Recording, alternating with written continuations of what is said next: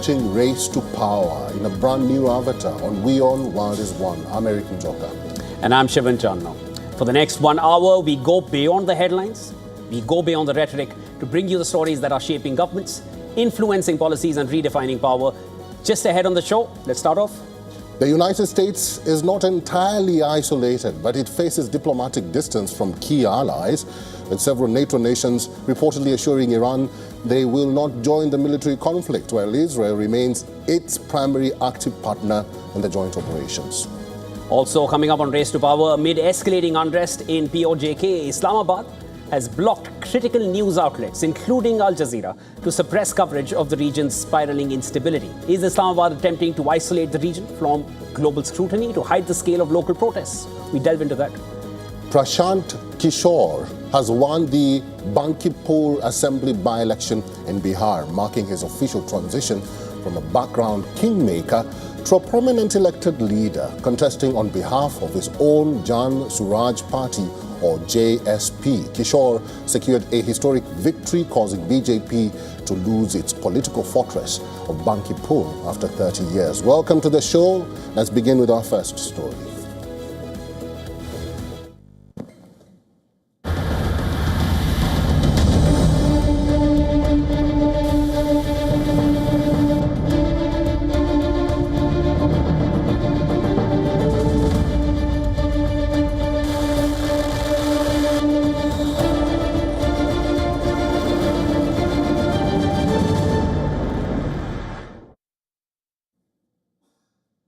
Starting off with West Asia, the United States is not entirely isolated, but it faces diplomatic distance from its key allies, with several NATO nations reportedly assuring Iran they will not join the military conflict.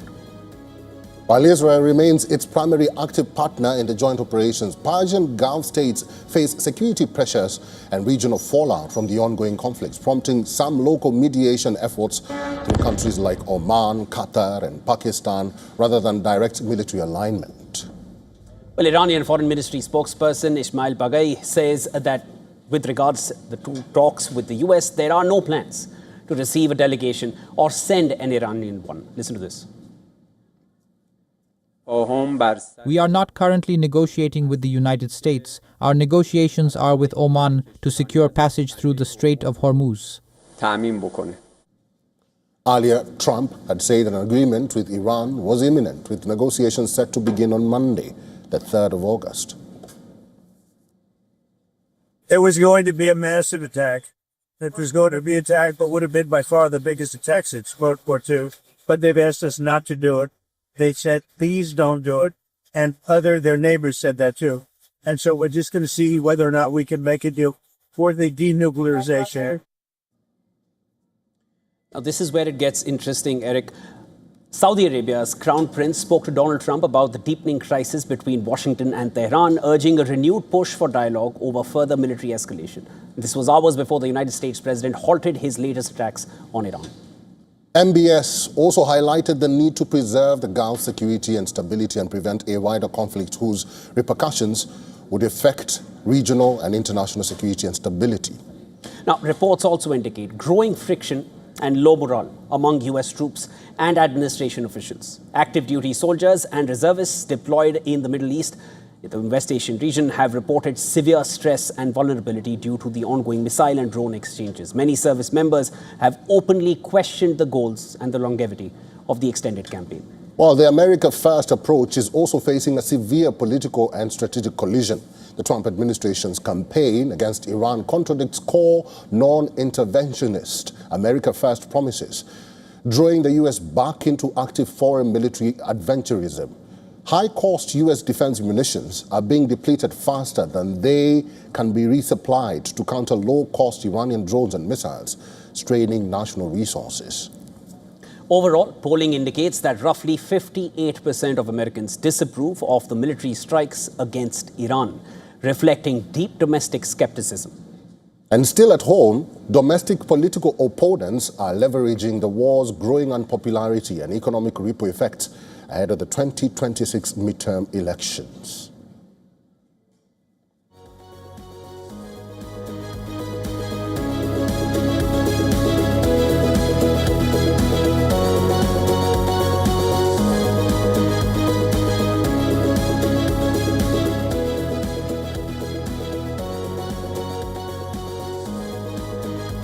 Well, Sivan, let's broaden this discussion further. And Colonel retired David B. Desroches is a professor at Thayer Marshall Institute and former deputy director for peacekeeping in the Office of the Secretary of Defense. He's now joining us live from Maryland, the United States. Very much for making time for us, Desroches. Let me just begin by asking you, what do you feel will happen in the next 1 week or so, given that President Trump has halted the strikes on Iran, and he says that he spoke to Iranians, but Iranians are saying they never spoke to the president. Yeah. Well, I'm not sure. I thought we would have seen this massive attack last Friday. The ambiguity from the Iranians and the difference between Trump, I think, reflects an internal fight going on within the Iranian leadership.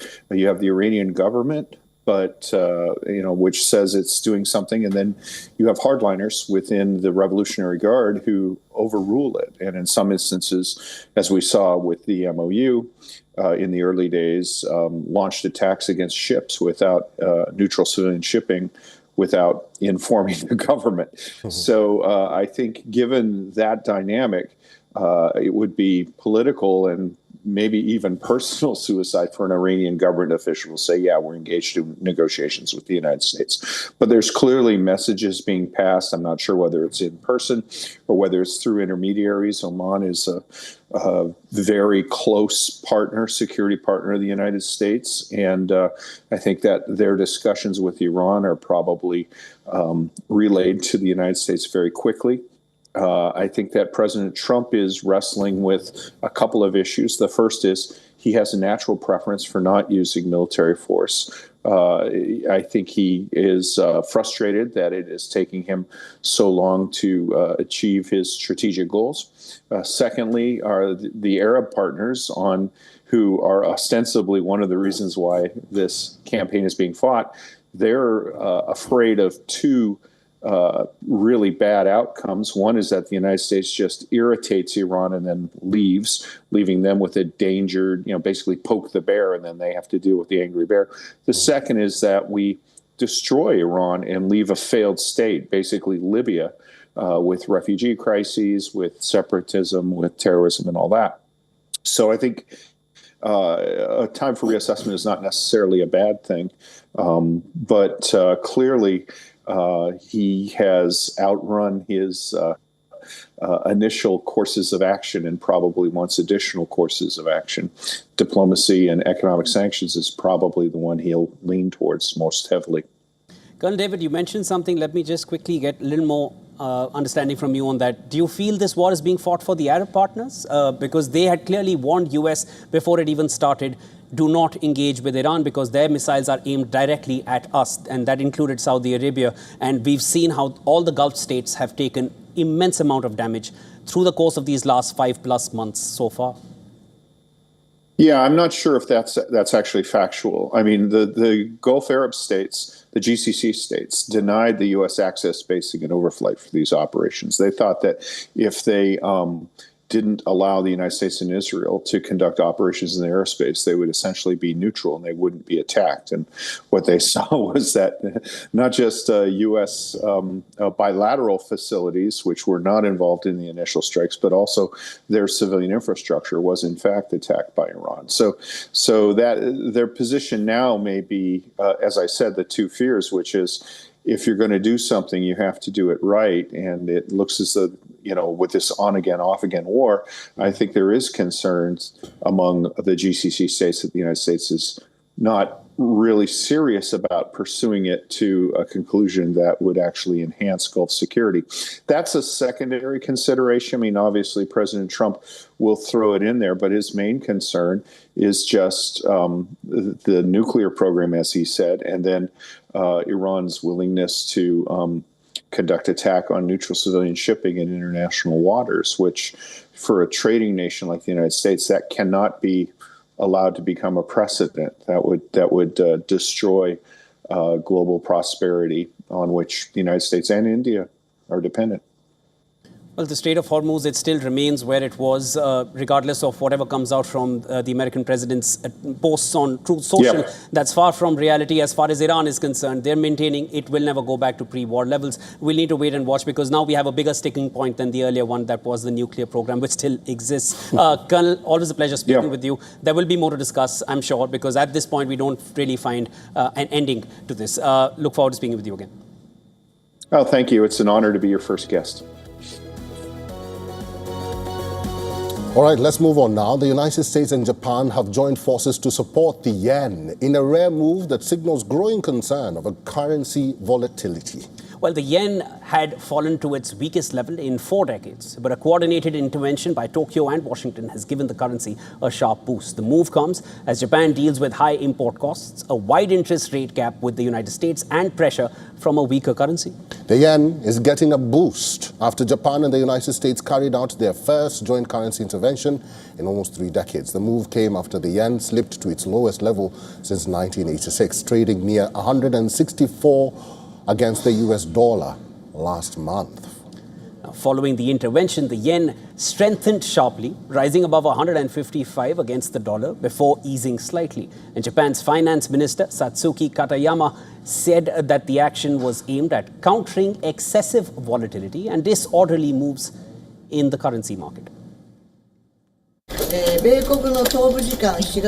On Friday, 31st of July, Japan's Ministry of Finance, in coordination with the U.S. Treasury Department, conducted a coordinated foreign exchange intervention. This coordinated intervention was carried out based on the Japan-U.S. Finance Ministers' joint statement issued in September 2025 and was intended to address the recently observed excessive volatility and disorderly movements in the yen. The United States also confirmed its involvement. President Trump called the move a signal of friendship with Japan, saying Washington was ready to help support its ally. We have a good relationship with Japan. We're very strong, very, very strong financially. And they are, they have a weakening yen, and they wanted a little bit of help. And we're always there for Japan. Japan's been very good to us, with the exception, of course, of Pearl Harbor. And the U.S. Treasury Secretary Scott Bessent said Washington is ready for further coordinated action with Japan if needed. He said that the Fed's Foreign Central Bank Liquidity Facility supported Friday's yen intervention and even called for its capacity to be expanded to manage future market volatility. The intervention comes as Japan faces a long-running currency challenge. The Bank of Japan has raised interest rates, but its policy rate remains well below the United States. That difference has encouraged investors to borrow cheaper yen and move money into higher-yielding assets elsewhere. So for Japan, a weaker yen has two sides. It helps exporters like automakers and technology companies, but it also makes imports more expensive. With Japan reliant on energy imports, a falling currency means higher costs for oil, gas, and other essential goods. Tokyo has warned that it will not hesitate to act again if the yen comes under further pressure. But analysts say long-term currency strength will depend on bigger economic factors, including interest rate differences between Japan and the United States. Japan's Ministry of Finance is closely monitoring the situation and remains in close communication with the U.S. Treasury Department. We will not hesitate to conduct further coordinated intervention if necessary. And for now, the yen has received short-term support, but the bigger question remains whether this intervention can change the long-term direction of Japan's currency. All right, let's move on from talking about the Japanese yen to something that is even bigger. Capital One is pushing back against a lawsuit filed by the Trump Organization, saying its decision to shut down hundreds of accounts was based on anti-money laundering concerns and not politics.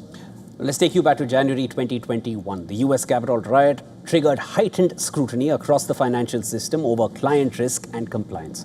By March of that year, Capital One informed the Trump Organization that it would close more than 300 associated accounts following an internal review.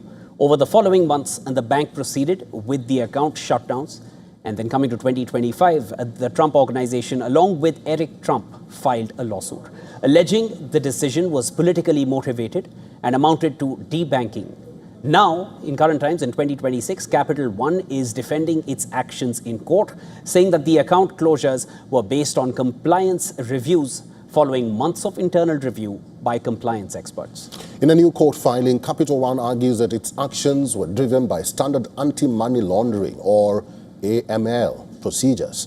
The bank says its internal team conducted a detailed review of the accounts in line with regulatory guidance before deciding to terminate the relationship.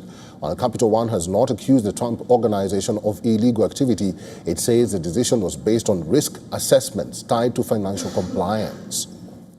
Now, this marks the first time a bank has formally linked the closure of Trump-related accounts to potential money laundering concerns, even indirectly. Capital One is now seeking to have the case dismissed, maintaining that its actions were lawful and rooted in compliance obligations, not political considerations.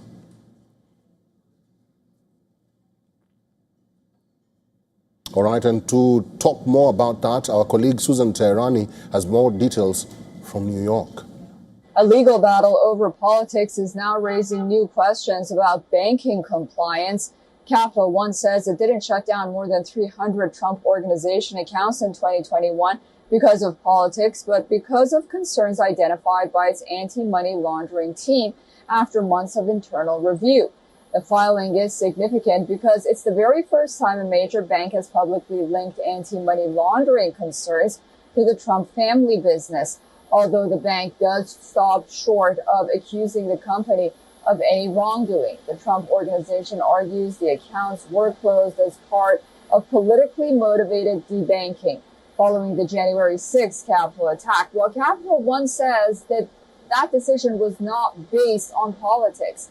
The case now heads back to federal court, where the judge will decide whether the lawsuit can move forward or not. Susan Teherani reporting from New York for WION World is One.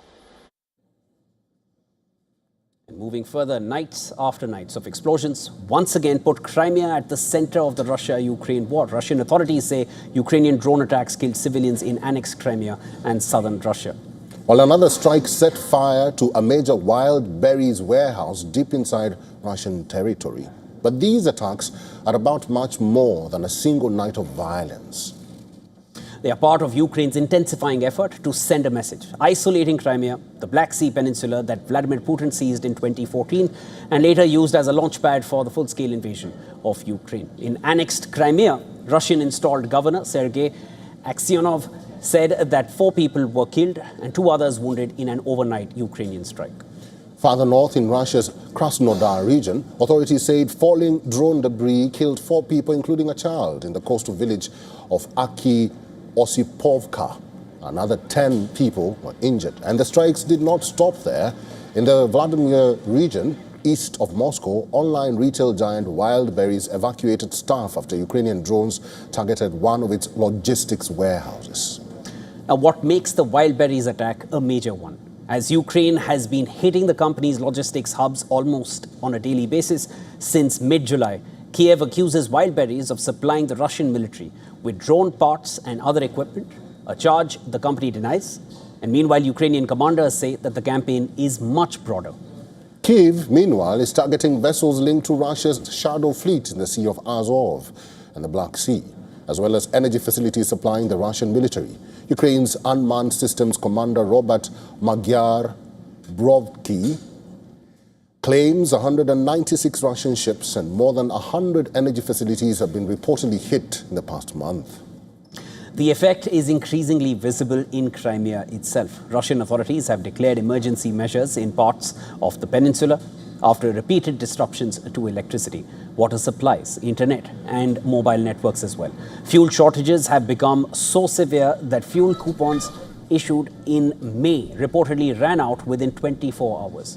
And to understand why Crimea remains the war's most symbolic battleground, let's go back to more than a decade when pro-EU protests in Kiev toppled Ukrainian President Viktor Yanukovych in 2014. Masked gunmen seized government buildings across Crimea. Russia organized what it called a referendum on joining the Russian Federation, a vote denounced by Ukraine. Now, that annexation became a turning point in Vladimir Putin's rule, triggering sanctions, a breakdown in relations with the West. In 2018, Putin was seen personally driving a truck across the newly opened Crimean bridge, sending a very clear message to Ukraine. 2022 is the beginning of the wider war in eastern Ukraine. Crimea was not just annexed by Russia, it became a launch pad for the 2022 invasion. Russian troops, missiles and equipment were massed on the peninsula before the assault began. And since then, Ukraine has repeatedly targeted military sites, energy facilities and supply routes there. Russia continues to bombard Ukrainian cities, while Ukraine has responded with long-range attacks of its own deep inside Russian territory.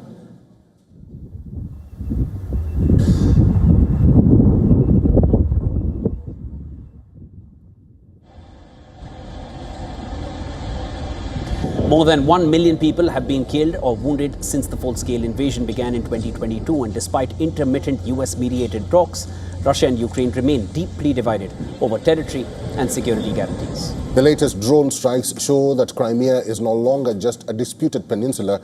It is the centerpiece of Ukraine's strategy to cut Russia's southern lifeline and the place where symbolism, logistics and military power collide. For Moscow, Crimea is the crown jewel of Putin's geopolitical project, home to its Black Sea Fleet, hub for key operations in South Ukraine. For Kyiv, it remains occupied territory that must be isolated, weakened and ultimately reclaimed. And as drones now strike from the Black Sea to the outskirts of Moscow, the battle for Crimea is increasingly becoming the battle for the future shape of this war.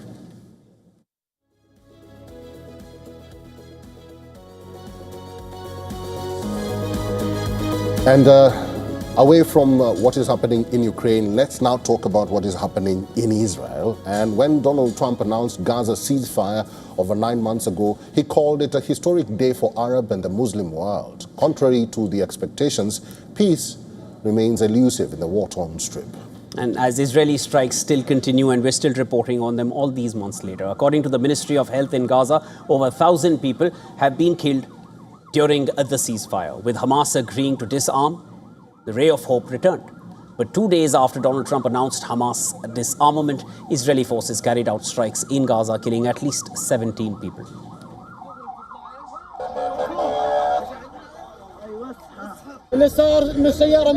They said there was a truce, but where is the truce? This truce is just us collecting corpses, collecting flesh, collecting brains, dismembered men and hands. Why? In yet another curveball, Israel has raised, quote, serious concerns with Hamas disarmament deal, citing intelligence assessment. Benjamin Netanyahu's office says Hamas is planning to rebuild its military rather than genuinely demilitarizing. The statement added that Israeli military would not withdraw from Gaza. And according to Donald Trump, the 20-point Gaza peace plan, the battle lines were supposed to be frozen, bringing an end to an aerial and ground offensive. Apart from this, Israeli forces were supposed to withdraw to a predetermined yellow line, but as we speak, both conditions remain unfulfilled. According to the United Nations, Israeli forces are still operating beyond agreed upon yellow line. Under the agreement, Israel was supposed to keep around 50% of Gaza under its control. But as of June this year, Israeli forces continue to remain in over 60% of Gaza. Israel says Hamas must disarm. Hamas says Israel must withdraw. One condition is related to the other, but the goalpost keeps shifting. In Trump's 20-point plan, the point 16 says that Israel will not annex any part of Gaza and the IDF will withdraw based on standards, milestones and timeframes linked to demilitarization. The plan further states that IDF will hand over occupied territory to an international stabilization force. And last week, the Israeli cabinet gave a nod to deploy an international stabilization force under Trump's Gaza border peace. But this is conditional. Entry of any ISF personnel will still be subject to the specific approval from the Prime Minister, Benjamin Netanyahu, Defense Minister, Israel Katz, and Foreign Minister, Gideon Saar. But Trump's peace plan may have reduced the rate of bombing and killing, but Gaza is still living under the shadow of war. Israel and Hamas have drawn red lines that remain far from each other. Not all eyes are on Donald Trump, who faces a task to tackle Hamas' demands and Israel's defiance.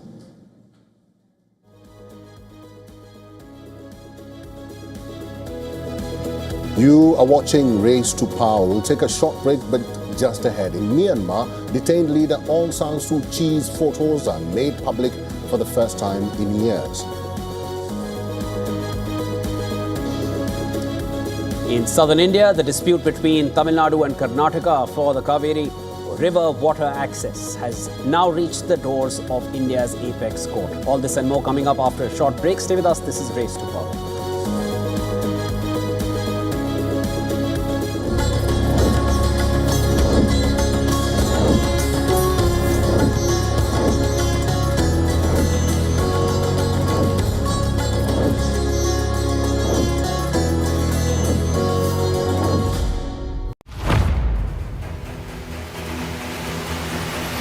Get the latest updates.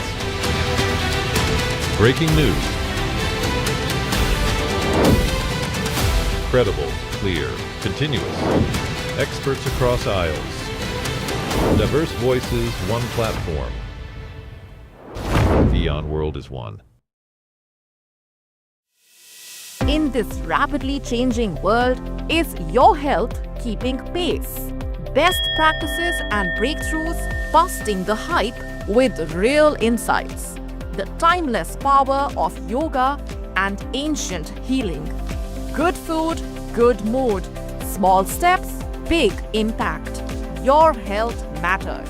Only on WION World is One. Because nothing matters more. WION, India's global voice. The channel that brings you the biggest stories from across the world through India's lens. Now available in more than 190 countries worldwide. Because we believe that the world is one. Watch us in Africa, Europe, USA and Canada, South America, Asia Pacific, Middle East and North African regions. Also available on these digital platforms across the world.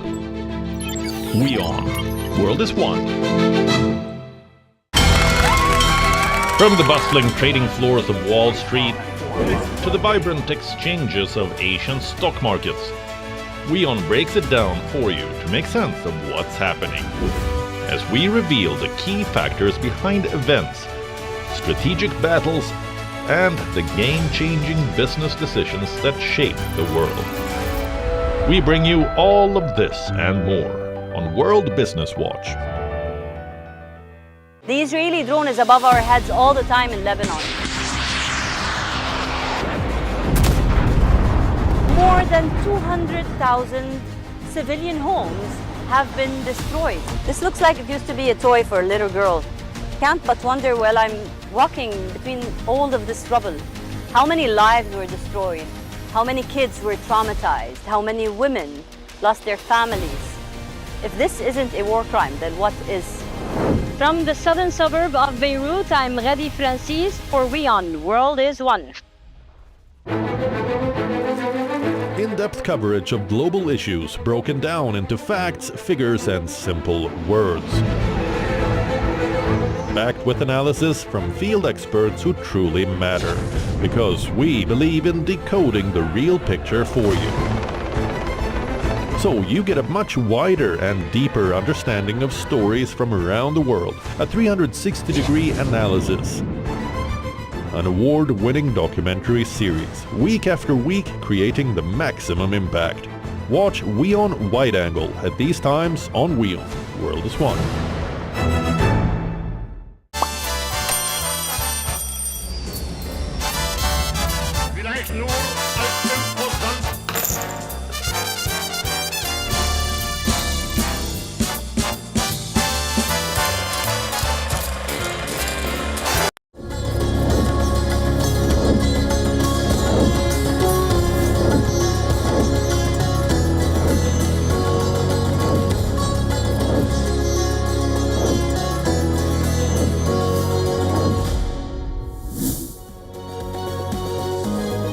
Welcome back. You're watching WION World is One. This is Race to Power with Shivam Chanana and myself, Eric Njoka. Let's now move on to our next segment, Asia Watch.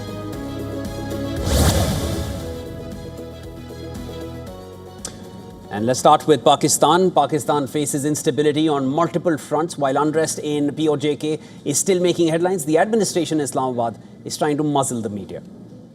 from covering the unrest, that is. Reports suggest authorities have blocked several news websites and digital platforms amid continuing unrest in Pakistan-occupied Jammu and Kashmir as protests, violence and political tensions intensify across the region.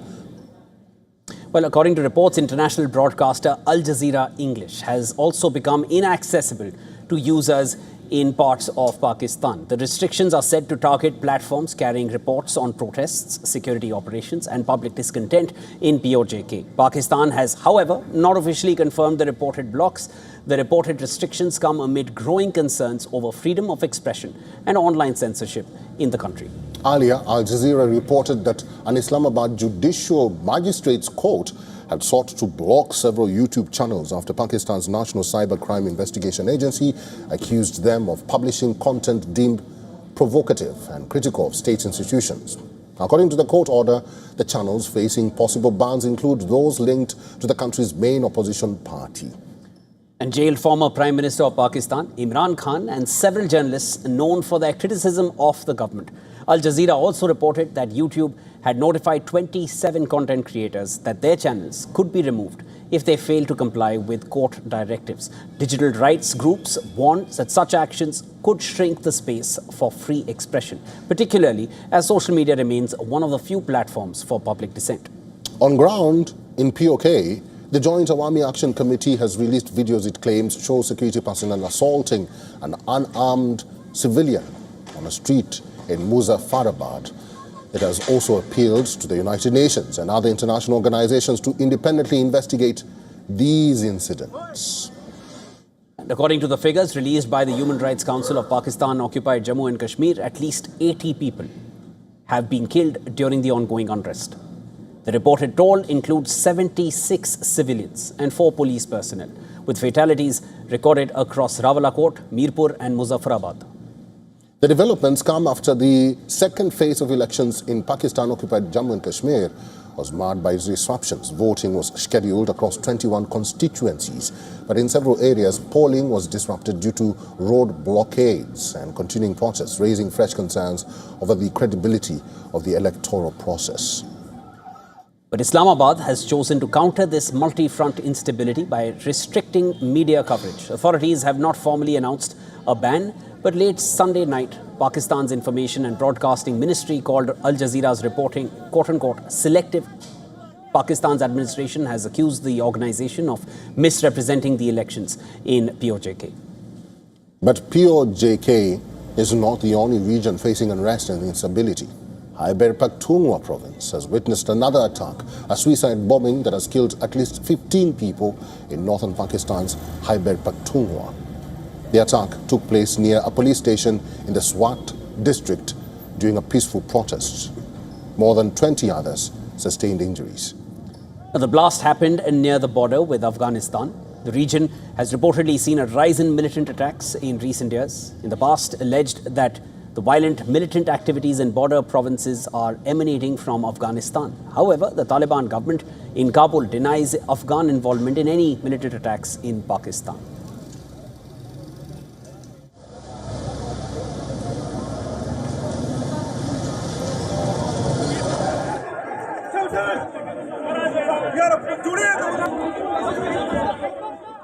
All right, for more on this, we're now being joined by Adil Farooq Raja, Pakistan journalist and former military officer. He's joining us live from London. Mr. Raja, welcome to Race to Power.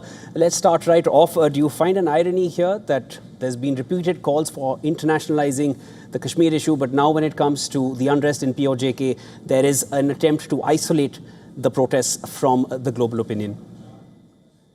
Well, irony indeed. What's been happening in Pakistan in the last 3.5 years has manifested to what is happening on the streets of AJK or POJK, Pakistan-administered Kashmir right now. The present Pakistani military strongman, Field Marshal Asim Munir, gave this concept of the hard state.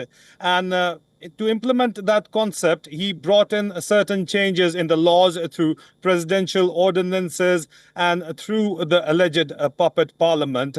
And because of certain laws which have been brought in, like the infamous PICA laws and various electronic media laws. Now, speaking truth in Pakistan is practically illegal. And we have seen the very recent example once Al Jazeera finally got access to the Muzaffarabad, the capital of Pakistan-administered Kashmir, and they reported from ground that there were less than 5% voter turnout. But even then, the elections were gifted to the favorite party of the military strongman, Field Marshal Asim Munir, and reporting that brought in the allegations of yellow journalism for Al Jazeera. So obviously it is an ironic situation, and it is obviously Pakistan is increasingly heading towards becoming it has already become an authoritative state, and it is being labeled as such. But where it is going from here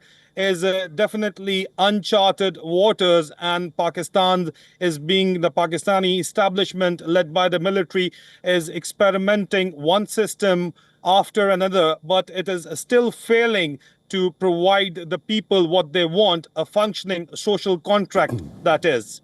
Mr. Raja, let me ask you this then, because you've brought in an issue that is really being seen by the global audience as being a problem in Pakistan. But who do you think should take responsibility, and why is it taking so long for the government in Pakistan, or let me just rephrase that, the administration in Pakistan to take some form of responsibility, because you're talking about attacks in 3 provinces and these attacks are not being stopped?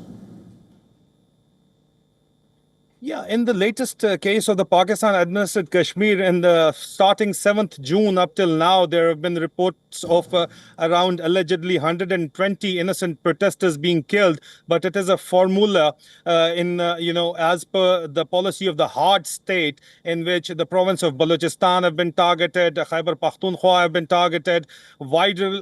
Overall in Pakistan, the military is resorting to force rather than, talking to people, because the public mandate has been stolen by the military establishment itself, as per the Commonwealth report of the Election Observation Mission of February 2024. And it is a continued dilemma in the country where the control is with the military establishment. But unfortunately, they don't have any checks or balances upon them. There is no accountability on the military establishment, because they do not have to go to the public and ask for votes. And the system, by the system itself, it has been labeled as the hybrid system in Pakistan. And the system has failed. It is not going to fail. It has failed, as per the admission of the Pakistani Interior Minister, Mr. Mohsen Naqvi himself, who is brother-in-law of the Pakistani military strongman, Field Marshal Asim Munir. So the system has failed. And now they are going to experiment with a presidential system, something on the Egyptian model of General Sisi model, and whether that's going to work or not, that is yet to be seen. But so far, everything they've tried have failed. And who's responsible? Definitely those who hold the power, those who cannot be challenged, those who cannot be talked about are responsible, and that is the Pakistani military establishment. If you report upon them, it is turned illegal. I was listening to your report earlier. I get the reports from the Pakistani Telecommunication Authority while working as a journalist from London almost on daily basis. So this is what is going on, and you cannot actually hold the power to accountable, because they have got naked power at their side, and they believe in Mao's theory that all power, is derived from barrel of the gun, and those holding the gun are the Pakistani military. Mr. Adil Raja, we'll have to end this discussion here. Shivan, like you heard from Adil, this is an ongoing situation. It's a system breakdown, and that system breakdown needs to be fixed. Adil, thank you for talking to us today. My pleasure. Thank you. Let's move on now. Myanmar's military government has released rare photos of Aung San Suu Kyi. The detained leader met with a delegation from the International Committee of the Red Cross. That's right. Myanmar's Military Information Committee released several grainy photos of 81-year-old Suu Kyi. Amid rising concerns of her health, the detained leader met with the Red Cross representative of, this is to Myanmar. The meeting took place in the capital, where Suu Kyi is also under house arrest. The detained leader was transferred from prison to house arrest in April this year, and her overall sentence also reduced. Suu Kyi was imprisoned in 2021 when a military coup early morning on February 1st overthrew her democratically elected government. Myanmar was under full military junta rule until elections in January this year, which the military-backed party won with a sweeping mandate. The results, however, triggered a wave of criticism and allegations of widespread repression, along with a non-transparent electoral process. For a long time after being detained, Aung San Suu Kyi's whereabouts were unknown. There were no public updates available on her health, and no envoy or foreign leader had met her. Until the Red Cross delegation now, the international organization is yet to comment on the visit, as very few details are in the public domain on the reason for this meeting.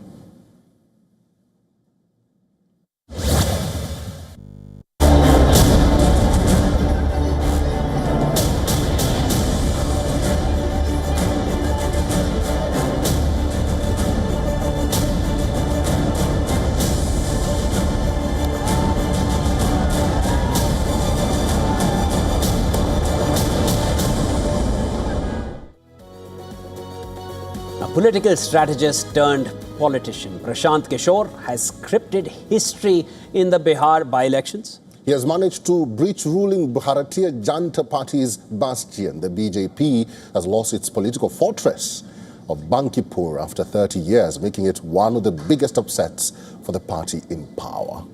Now, Prashant Kishore has secured victory with a margin of over 19,000 votes. BJP candidate was trailing on the second spot for nearly the entire counting period. Bankipur by-election was a battle of prestige for the BJP, as it was previously held by the party's national president Nitin Nabin.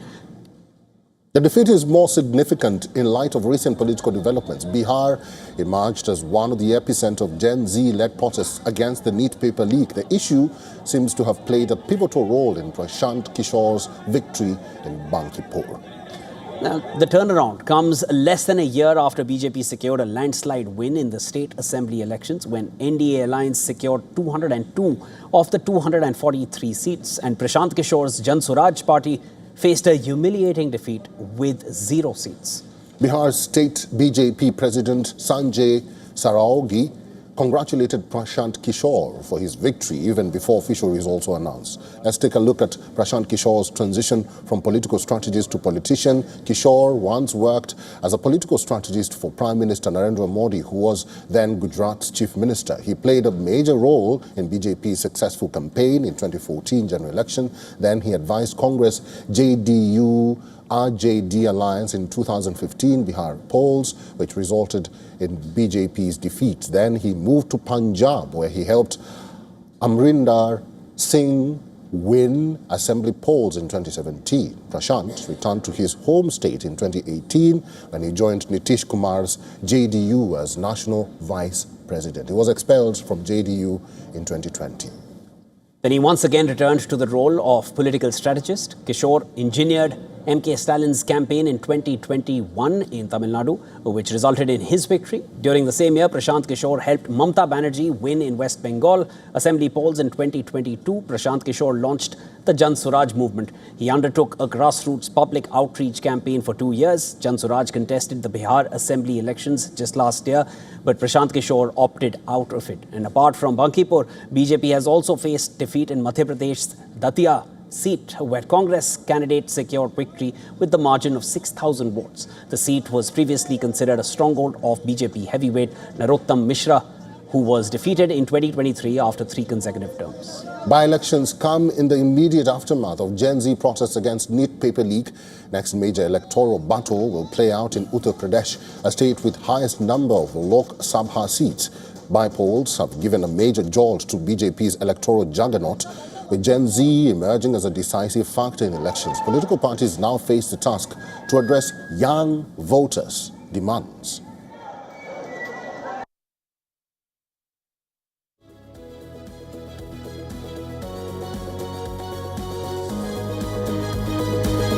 Another student-led protest is gathering steam, this time in Jharkhand's capital, Ranchi, in a striking similarity with Delhi's Jantar Mantar. Hundreds of students have gathered at Ranchi's Jaipal Singh Mundas Stadium.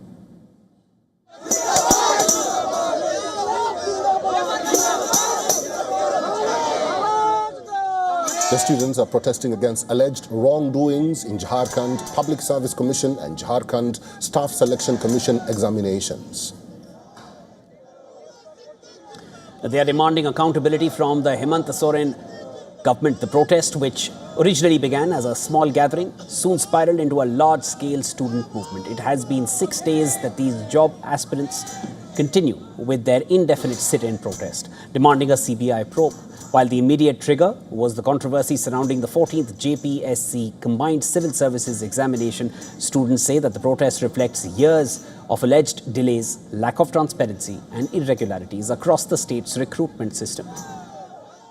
We welcome this because we are not merely students of a specific institution here. We represent students from across the state and the entire country. We are the voice of the coming generation. We welcome anyone who offers us support, whether personal, social, financial or general. All we want is for our demands to be addressed. We want you to send a delegation and present our case so that we can pack up our belongings and leave.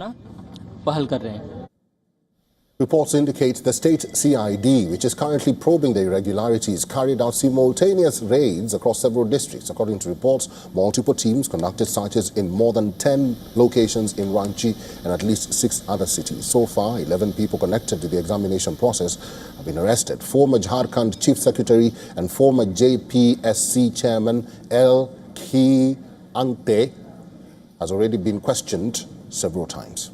Well, the controversy erupted after the commission advertised 103 vacancies and shortlisted over 2,000 candidates for the main examination. Among the primary concerns raised by the students was that category-wise cut-off marks were not published. Protesters also alleged that published merit lists did not bear signatures of the commission members. So the controversy escalated further after an OMR answer sheet rumoured to be belonging to a qualified candidate went viral. Protesters alleged that the candidate had attempted only 48 questions, significantly lower than the reported qualifying score of 144 marks, but was shortlisted for the main examination nevertheless. While the authenticity of the OMR sheet has not been independently verified, the incident fueled demands for a probe. The Cockroach Janta Party, which was at the forefront of a similar nationwide agitation, has lent its support. Taking to X, Cockroach Janta Party founder Abhijit Dipke wrote, and I quote, "Spoke to the students who were protesting in Jharkhand over irregularities in JPSC and JSSC recruitment exams. The CJP stands with all the students in Jharkhand and supports their demands." Like activist Sonam Wanchuk, who was on a 26-day hunger strike over the demands for reforms in the Indian education system after the NEET paper leak. Student leader Devendra Nath Mato has emerged as the face of Jharkhand movement. He has begun an indefinite hunger strike from Sunday night.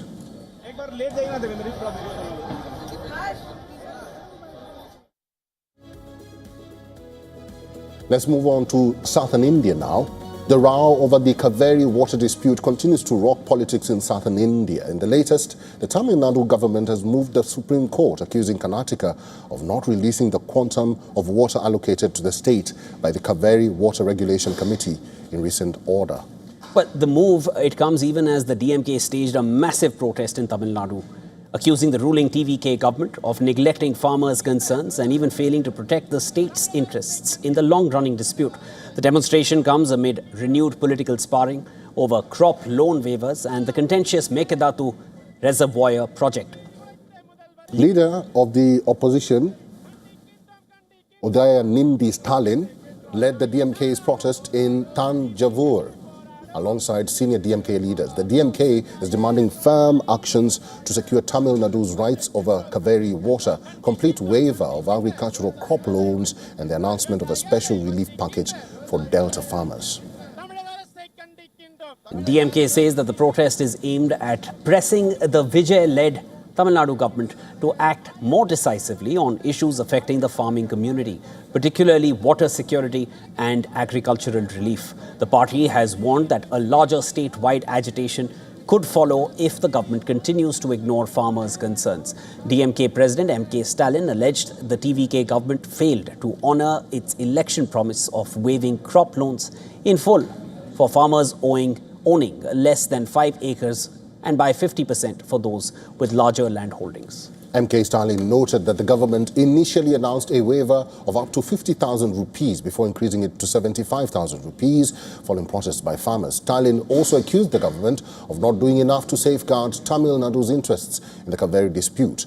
Early on Sunday, Karnataka Chief Minister D.K. Shivakumar said Tamil Nadu Chief Minister Vijay had agreed to postpone his proposed visit to Bengaluru after the Karnataka government requested a deferment due to heightened emotions over the Kaveri dispute. He also argued or urged various organizations in Karnataka to withdraw the Bandh in the state scheduled to take place on August 13th, saying that improved rainfall has eased the immediate situation. The government and I are committed to protecting the interest of the people and farmers on the Kaveri issue. We will safeguard the interest of the state under all circumstances. We are still facing drought-like situations. The Karnataka Chief Minister thanked Vijay for the gesture, saying it would help maintain a cordial atmosphere between the two neighbouring states. He added that despite political differences, both states must respect each other and work together. Shivakumar also reiterated that the proposed Mekedatu balancing reservoir is a long-term solution to the Kaveri issue. He claimed that nearly 90% of the project's benefits would go to Tamil Nadu and insisted that water stored at the reservoir could not be diverted to Bengaluru. Karnataka has 4 major reservoirs in the Kaveri basin: Krishna Raja Sagara, Kabini, Hemavati and Harangi. As of August 2nd, water capacity in Kabini, Harangi and Hemavati reservoirs were close to their full capacity due to recent rainfall in that area. However, water in the largest reservoir, the Krishna Raja Sagar, is still far below full capacity. Referring to the Kaveri Water Management Authority's decision and direction to release 3,500 cusecs of water to Tamil Nadu for 15 days, the Karnataka Chief Minister said that the state was complying with the order despite the difficult situation arising from deficient rainfall.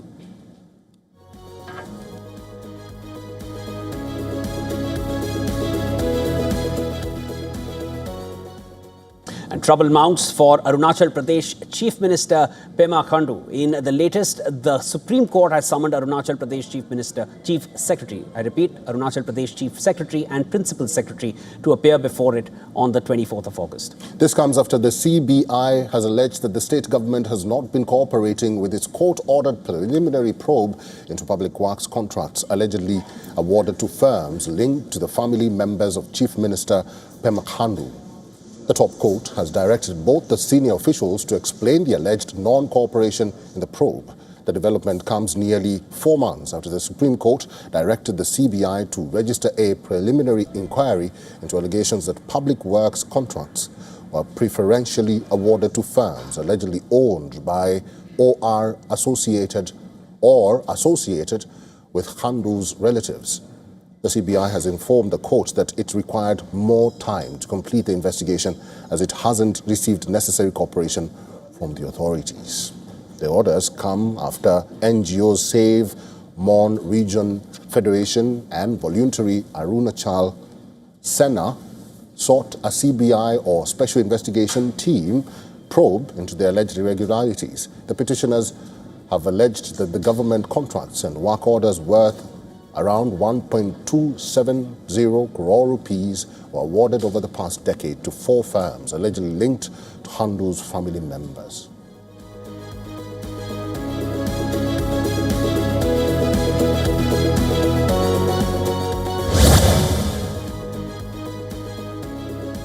Let's go back to Pakistan. It was an election aimed at strengthening democracy in Pakistan-occupied Kashmir. But the situation rapidly deteriorated as the vote got underway. Dozens of people were killed in confrontations between protesters and security forces. The violence followed weeks of demonstrations by a now banned group that is calling for electoral reforms. The government in Islamabad has conditioned any changes on a constitutional amendment. The chaos that accompanied the first phase of the vote is one of the biggest political challenges facing Pakistan since the beginning of the Kashmir conflict almost 8 decades ago. There's only one question that sums it all up. Why is Islamabad not owning up to its errors, its mistakes, its fault lines. Some could argue Pakistan avoids taking responsibility for major geopolitical security and domestic crises due to military dominance, institutional self-preservation, and deep economic vulnerability. Admitting fault on issues like cross-border militancy or internal governance failures risks destabilizing the ruling establishment. The bottom line is, for one to solve a problem, you must acknowledge it first, work around it, tighten the loopholes. Don't wish it away or play blame games. After all, you work for the people, listen to them, and that is our verdict.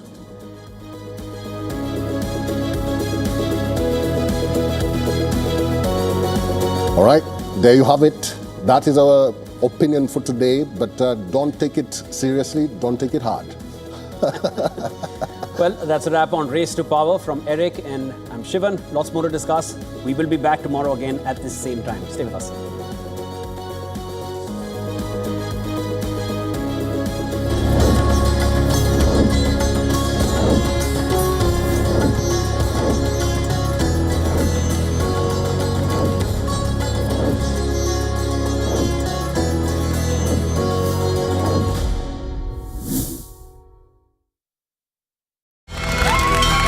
From the bustling trading floors of Wall Street to the vibrant exchanges of Asian stock markets, WION breaks it down for you to make sense of what's happening. As we reveal the key factors behind events, strategic battles, and the game-changing business decisions that shape the world. We bring you all of this and more on World Business Watch. In this rapidly changing world, is your health keeping pace? Best practices and breakthroughs busting the hype with real insights. The timeless power of yoga and ancient healing. Good food, good mood. Small steps, big impact. Your health matters. Only on WION World is One. Because nothing matters more. In-depth coverage of global issues broken down into facts, figures, and simple words. Backed with analysis from field experts who truly matter, because we believe in decoding the real picture for you. So you get a much wider and deeper understanding of stories from around the world, a 360-degree analysis.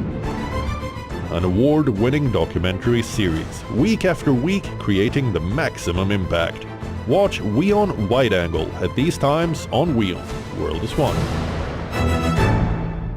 WION, India's global voice. The channel that brings you the biggest stories from across the world through India's lens. Now available in more than 100